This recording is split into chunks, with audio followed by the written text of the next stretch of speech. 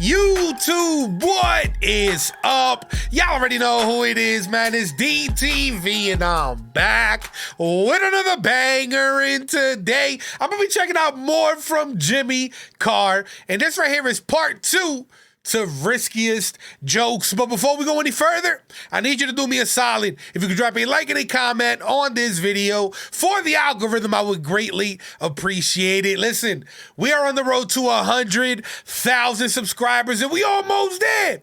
But I need your help. So if you're watching my content, enjoying my content, but you're not part of the family yet, we got to change that. So smash that subscribe button and hit the bell too. But y'all ready for this one, man? Let's run it, baby. Let's get it. Let's go. My ideal woman would be a single mum once I'd finished with her. Joke, I'd pay for the abortion. Oh, my God. But you again, I fucking wouldn't. Bro. We're starting the video off like that? With that type of energy? Sheesh. For the abortion? Let's get it. Ah, got you again, I fucking wouldn't. Let's talk about something a little bit more serious. It can't all be slapstick abortion stuff. My first wife was from Thailand. Well, don't, because you'll feel bad. It's actually quite a sad story. My first wife was from Thailand, and she died of testicular cancer.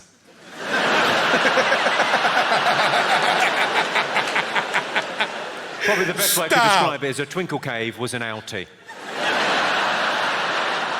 Yo, is this for real? If you're a Jimmy Carr fan and you know, sound off in the comments below. For real, let me know. Twinkle cave was an outie. I saw a transvestite in a miniskirt. I thought, that shows a lot of balls. Right, well, I feel we've warmed up. Let's try some properly offensive jokes, see how we get along. Shit. 99% of women kiss with their eyes closed, which is why it's so difficult to identify a rapist. Oh, my God. Let's have a little time out there and discuss the rules of the gig. Feed line, punch line, I'll take care of that. And then you can either laugh, you can laugh and applaud, I'll be flattered and delighted, or you can go, ooh, in a disapproving stylee. What you can't do is laugh, applaud, then look round and go, ooh. Not having that. Let's give it a go. I saw a headline in the Evening Standard. It said, football rapist quiz. I thought, was that story or a competition? Oh, my God.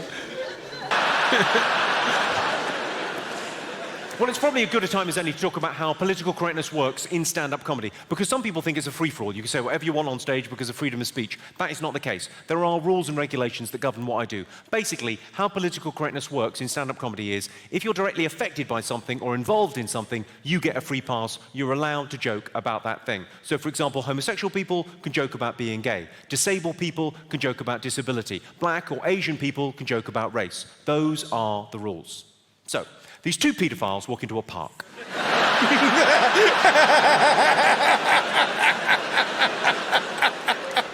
Child abuse, there's a touchy subject. Shit. Literally? I saw a headline in the paper. It said, please smash paedophile ring. Oh, my God. I thought, good, let's see how they fucking like it. Some people eat roadkill. He said, good, let's see how they like it. Bro, this is on like a different level of savage, yo. I'm rocking with it, but damn. Let's run it back. Let's get it. I thought, good, let's see how they fucking like it.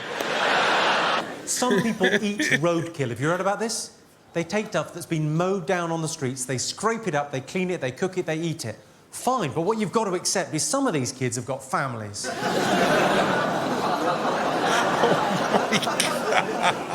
I got a couple of speeding tickets last year. I've got to be super careful now. I've got 6 points on my licence, so I've got this special device. Some of you have probably got it too. It sits on the dashboard, tells you if there's a speed camera in the street, makes a beeping noise. It goes beep, beep, beep to warn you if there's a speed camera. Also makes a noise if there's a child in the road. It goes ba-dum, ba-dum.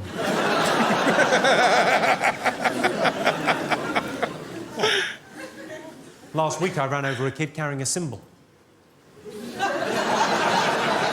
What?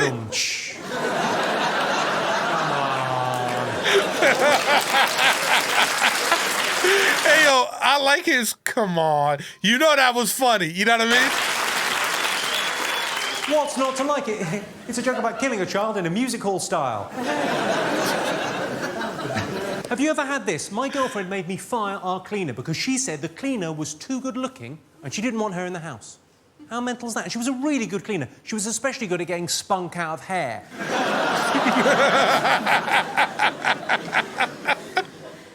Did you know every day nearly 4,000 serious sexual assaults occur? In my mind. Oh, my God. In America, in Oklahoma, where that fertilizer bomb went off, they've now got a garden of remembrance. And it has come up a treat. So every cloud. These kids in American high schools, I'm sure you've read about them, 14, 15, 16 years of age, they go into their high school with automatic weapons and handguns. They go apeshit. They shoot 20 or 30 of their fellow pupils before turning one of the guns on themselves. What is their fucking problem? Do they not know where the staff room is? They could be heroes. I was injured. Bro, no, man, no. It is not the right time for that type of joke, bro. Holy shit. My man said, do you not know what a staff room is? Germany recently doing a comedy gig. I was flown out there to do one of these corporate gigs. I thought, comedy, Germany, it's missionary work. Went out there, did a comedy gig. The gig went fine, but on the way back, there was about a 3-hour delay at the airport. Now, I thought, that's not a problem, I've got an iPod and a computer. I was quite, busying myself. I was quite happy. The guy I was travelling with, the guy that organised the corporate gig, was livid with this 3-hour delay. And he said, with no hint of irony, he said, yeah, say what you want about Hitler.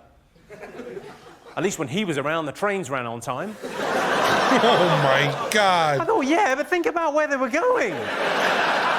Bro. My God. Treat them mean, keep them keen. That's what they say, isn't it? Treat them mean, keep them keen. But I think you've gone too far if you're using a Stanley knife. Of course, a lot of women stay with their men even if their men hit them. A lot of women will stay with their husbands even if their husbands beat them. I tell you what they need. A slap. Where's your self-esteem? Silly cow. Oh, she was tiny. Of course, the thing people never say about domestic violence, and it strikes me as being just so very obvious, but people never say this about domestic violence, is just how fucking stupid it is. I mean, you're hitting your wife. It's your wife. You might as well key your own fucking car. Think about it. You don't like her now, you're not going to like her anymore with 2 black eyes and a bit of a face on, are you? Oh, my God. There are places in the country where that's just a joke. I did that joke in Preston. It was like marriage guidance. It got a round of applause. Well, I thought it was a round of applause. It was actually people hitting their wives.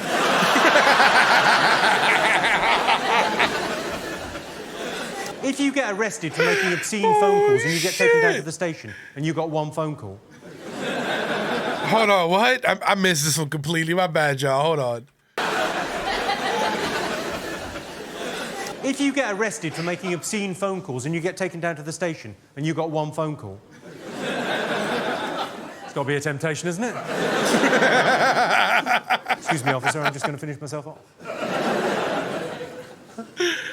You can say PC's gone mad and no one minds. People quite like it if you say PC's gone mad. Political correctness has gone mad. They like that. But if you say PC's gone fucking spastic like a Hmong rapist... people get quite chippy. Sorry, I should clarify. When I say fucking spastic like a Hmong rapist, I mean a rapist that rapes Hmongs, not a Hmong that rapes. I don't want to offend anyone. Although, thinking about it, getting raped by a Hmong, not as bad. At least you get a cuddle afterwards. Oh, shit! Although, good luck in the police lineup.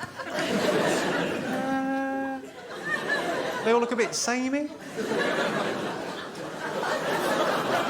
Swings and roundabouts are what they like.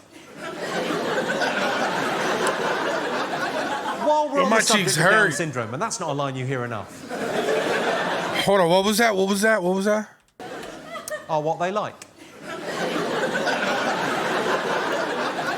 While we're on the subject of Down syndrome, and that's not a line you hear enough. But while we're on the subject of Down syndrome, don't they have enough to worry about without the haircut?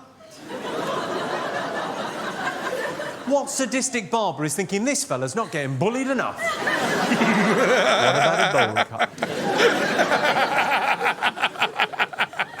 Let's try and lighten the mood, shall we? Let's lighten the mood a little bit. When I read about that Austrian fella, it was bound to come up, wasn't it? When I read about Joseph Fritzl building a cellar under his house to imprison his own daughter for 24 years so he could systematically torture and abuse 2 generations of his own family, here's my first thought. This is how middle class I am. My first thought was, I bet he didn't have planning permission for that. Oh, we'd all like to add some square footage, but there are some fucking rules, mate.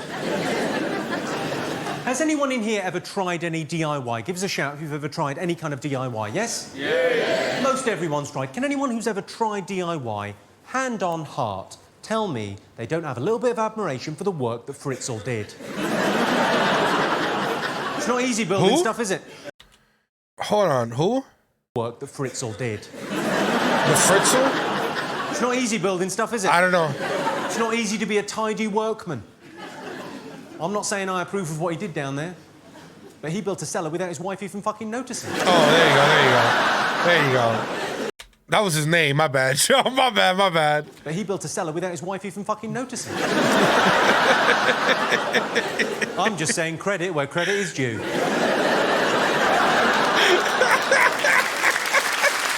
tipped his hat to him. A round of applause for a Fritzl joke. You may be my kind of town. He was described in the Daily Express newspaper as the most evil man in Austrian history. Not even close. Hitler.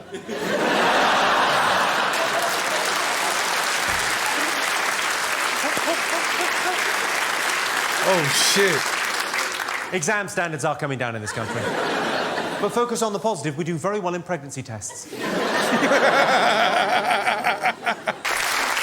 It's a brilliant job, this. It's lovely. You spend an hour and a half talking to people, telling them jokes, building up this reservoir of goodwill. But then you're expected just to fuck off. It's a bit weird. With your permission, I'd like to piss away some of that goodwill. Yeah! On an unpleasant joke. You know, sometimes I'll tell a joke that's a bit edgy, and I feel as an audience you go, oh, that's a little bit close to the... Go on, then, you. What are you like? I'd like to tell one now that'll make you go... Oh, shit. Y'all ready? Would you like to hear it? Yeah! Well, it's a joke about love. Can love conquer all? Or do the practicalities of life get in the way? Well, a great example of this is May to December relationships. Relationships where there's a bit of an age gap. Can love conquer that divide?